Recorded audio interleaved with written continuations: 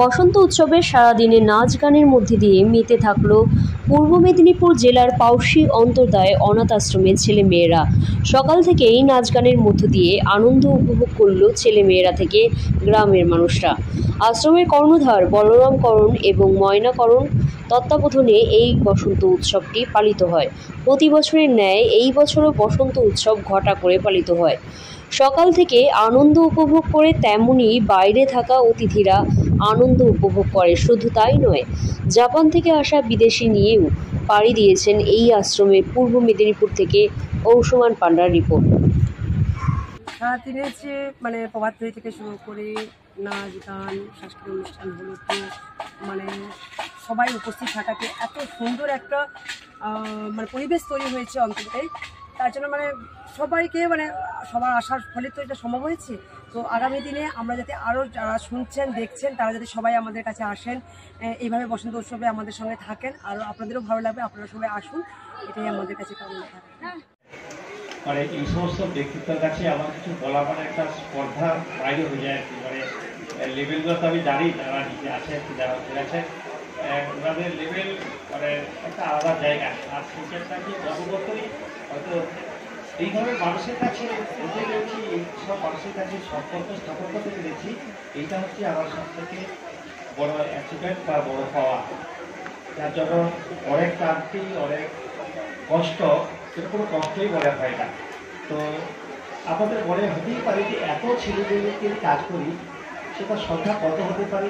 শুধু এখানে 250 জন ছেলেমেয়ে তার ওটা অন্তত এই মুহূর্তে তার কোনো না কোনো স্টাফ বাইরে 100 বাচ্চার কাছে খাবার নিয়ে এডুকেশন নিয়ে পৌঁছায়।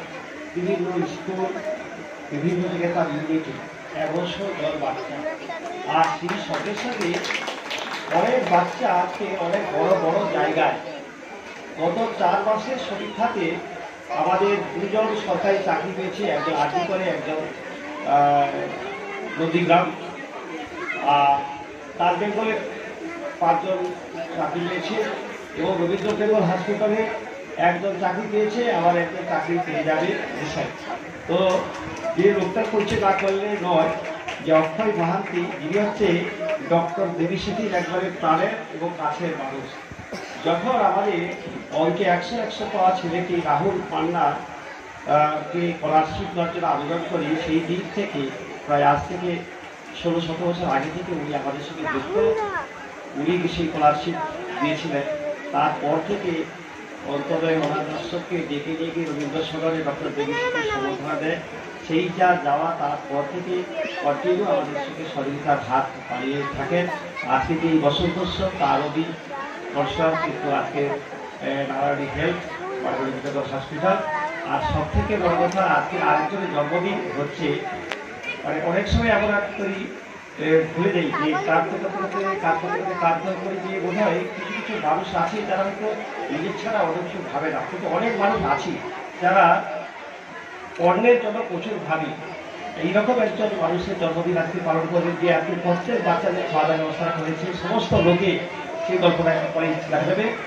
তাছাড়া যেটা বলা, এই অক্ষয় পার্টি এবং রবীন্দ্র হাসপাতাল অন্তর্গত একটা প্রাণের জায়গা, যেখানে অন্তত কাজ করতে করতে অনেক অসুখ হয়।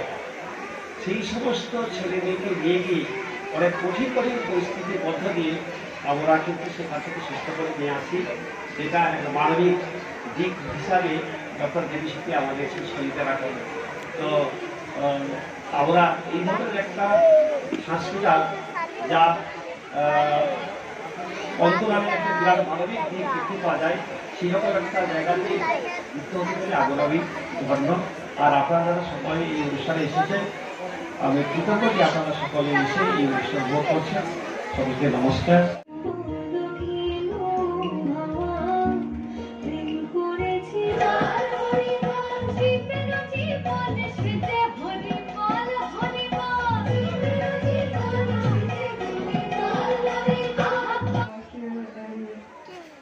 Staying here for 20 days, and it's very unique experience since it is my first time coming here in India, and I'm so grateful that you are having me to this beautiful place, and the staff, our kids are very friendly to me, and it's very warm and nice atmosphere.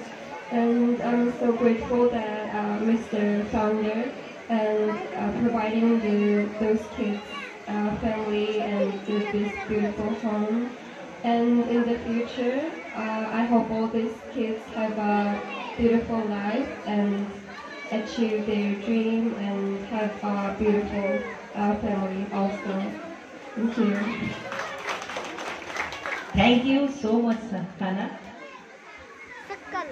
Once more, thanks to Sana and a big hand for her contribution in her own way. আমি বাংলাতেও বলছি সব সবার জন্য যে madam খানা উনি এখানে বাচ্চাদেরকে ইংলিশ পড়াচ্ছেন এবং তার সাথে সাথে নিশ্চয়ই ওনার ওখানকার কিছু অভিজ্ঞতাও পড়ানোর মাঝখানে বাচ্চাদের মধ্যে শেয়ার করবেন।